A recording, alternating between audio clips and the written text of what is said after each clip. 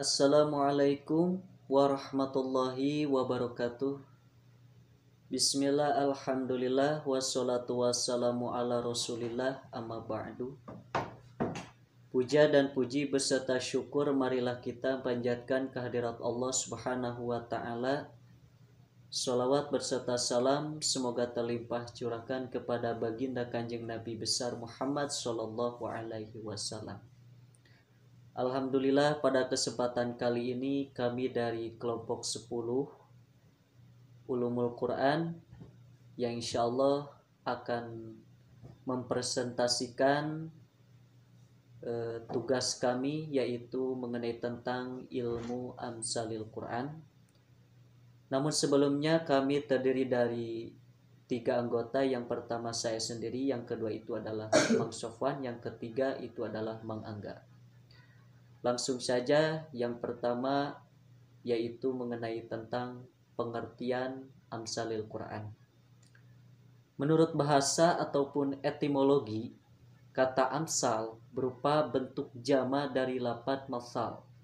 Sedangkan kata masal, misil dan matsil adalah sama dengan kata syabah, sibih dan syabih, baik dalam lafal maupun dalam maknanya.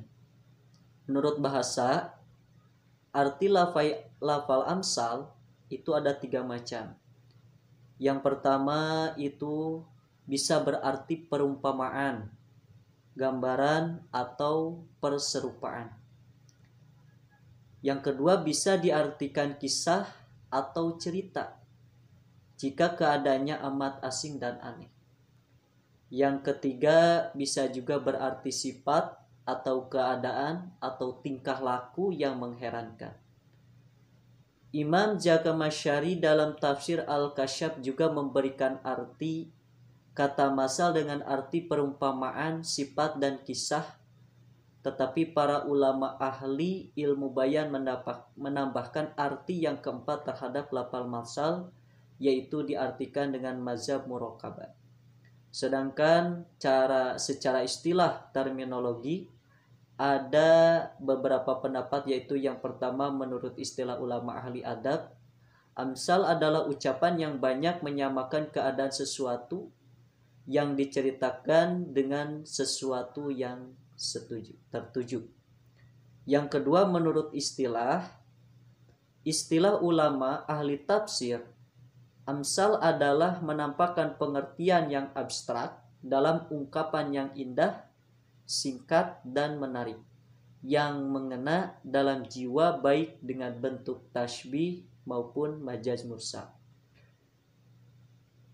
Yang seterusnya, unsur-unsur Amsalil Quran di dalam masa seperti halnya di dalam tasyih haruslah terkumpul 4 unsur, yaitu 1 ada yang disempurnakan ataupun musyabbah, yaitu sesuatu yang akan diceritakan.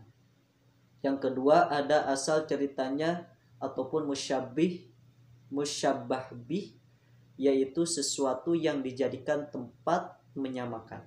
Yang ketiga ada persamaannya, yaitu wazul musyabbah, yaitu arah persamaan antara kedua hal yang disamakan tersebut. Yang keempat ada alat tashbih, yaitu kaf, misil, kana dan semua lafaz yang menunjukkan makna perserupaan. Contoh tamsil dalam Al-Quran itu adalah masalul ladzina kafaru bi rabbihim a'maluhum karmadistadats bihi rauhu fi yaumin asif la yaqdiruna mimma kasabu ala syai'id dzalika huwad dhalalul ba'id. Surah Al-Ibrahim. Artinya orang-orang yang kafir kepada Tuhannya, amalan mereka ya adalah seperti abu yang ditiup angin dengan keras pada suatu hari yang berangin kencang. Mereka tidak dapat mengambil manfaat sedikit pun dari apa yang telah mereka usahakan. Yang demikian itu adalah kesesatan yang jauh. Nah, dari contoh tersebut wajah syabahnya adalah kesia-siaan ataupun tidak bermanfaat, dan alat tashbihnya menggunakan kata mitsil, yaitu masalnya. Sedangkan musyabbah dan musyabbah bihnya adalah amalan orang kafir dan abu. Sekian pembahasan mengenai tentang pengertian Amsalil Quran. dan unsur-unsur amsalil Quran. Insyaallah materi selanjutnya akan disampaikan oleh kedua, yaitu Mang Syofan, mengenai tentang macam-macam amsalil Quran dan syigot, dan juga pemateri selanjutnya akan disampaikan oleh Angga, yaitu mengenai tentang kegunaan ilmu amsalil Quran. Sekian dari saya. Wassalamualaikum warahmatullahi wabarakatuh. Assalamualaikum warahmatullahi wabarakatuh. Terima kasih Kang Rian. Setelah kita mengetahui pengertian dan pengertian amsal Quran, sekarang kita harus mengetahui macam-macam amsal Quran. Mungkin saya akan sedikit menguraikan, menyebutkan macam-macam amsal Quran. Bahwa dalam Al-Quran itu ada 3 macam amsal Quran. Yang pertama amsal musorohah. Amsal musorohah adalah amsal yang di dalamnya dijelaskan dengan lafaz masal. Jadi terdapat lafaz masal dalam ayat Al-Quran tersebut. Dan yang kedua amsal kamina.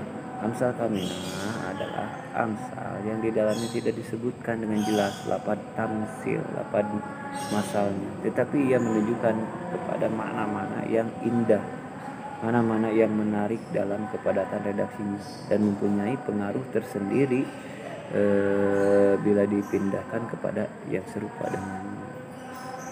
Yang ketiga ada amsal mursalah.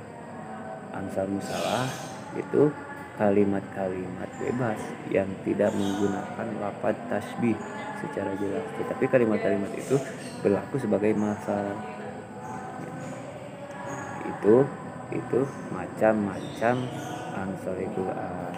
Dan kita belajar kepada segat amsal Quran, bahwa dalam Al-Quran itu terdapat segat amsal Quran itu ada 3. Ada diantaranya ada yang pertama ada segat tasbih asori, yaitu merupakan perumpamaan yang jelas di mana di dalamnya terungkap kata-kata masal. Dan kedua segat tasbih, tapi tasbih adim, tasbih yang terselubung, yaitu bentuk perumpamaan yang tersembunyi di dalam perumpamaan itu tidak terdapat kata al-amsal, tidak dapat ada kata amsal, tetapi perumpamaan itu diketahui dari segi artinya, dapat diketahui dari segi artinya. Dan yang ketiga segat amsal Quran itu segat majaz mursal, yaitu segat dengan bentuk perumpamaan yang bebas dan tidak terikat dengan asal ceritanya.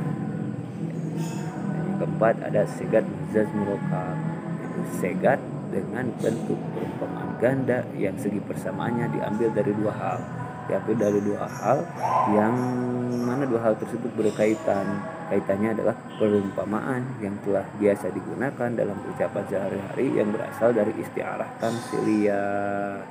Itu segat amsilah yang keempat. Segat amsilah yang kelima ada segat istiarah dengan bentuk perumpamaan sampiran. Bentuk segat istiarah ini hampir sama dengan majaz murakab karena memang merupakan asalnya gitu. Jadi asal majaz murakab itu. Jadi segat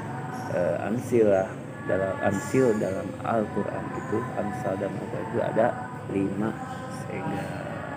Mungkin dari penuturan macam-macam dan segat amsal Quran dari saya dicukupkan sekian. Kita lanjut kepada pemateri selanjutnya. Terima kasih dan Assalamualaikum warahmatullahi wabarakatuh. Perkenalkan, nama saya Angga.